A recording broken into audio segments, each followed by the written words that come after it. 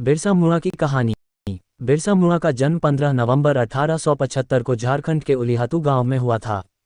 वे मुंडा जनजाति से थे और आदिवासियों के अधिकारों के लिए संघर्ष करने वाले महान स्वतंत्रता सेनानी थे। बचपन और शिक्षा। बिरसा मुंडा का बचपन कठिनाइयों में बीता। उनके परिवार की आर्थिक स्थिति कमजोर थी, लेकिन वे एक तेज दिमाग के बालक थे।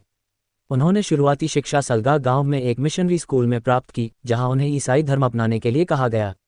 लेकिन कुछ समय बाद उन्होंने ये स्कूल छोड़ दिया और अपने समुदाय की परंपराओं में लौट आए।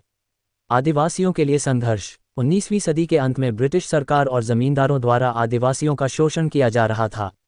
बिरसा मुंडा ने महसूस किया कि उनके समुदाय को संगठित होने की आवश्यकता है। उन्होंने लोगों को एकजुट किया और अंग्रेजों के खिलाफ आंदोलन शुरू किया, जिसे मुंडा विद्रोह या उलगुलान कहा जाता है।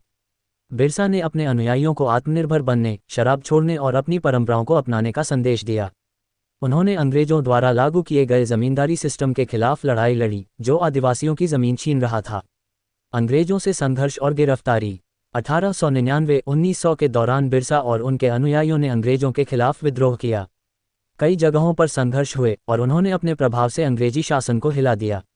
लेकिन 1900 में अंग्रेजों ने उन्हें गिरफ्तार कर लिया। मृत्यु और विरासत। बिरसा मुंडा की मृत्यु 9 जून 1900 को रांची की जेल में हुई।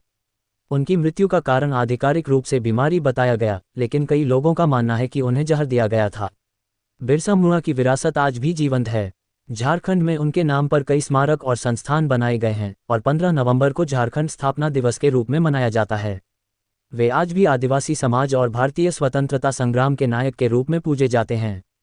धरती आबा। बिरसा मुंडा के संघर्ष और बलिदान को हमेशा याद किया जाएगा।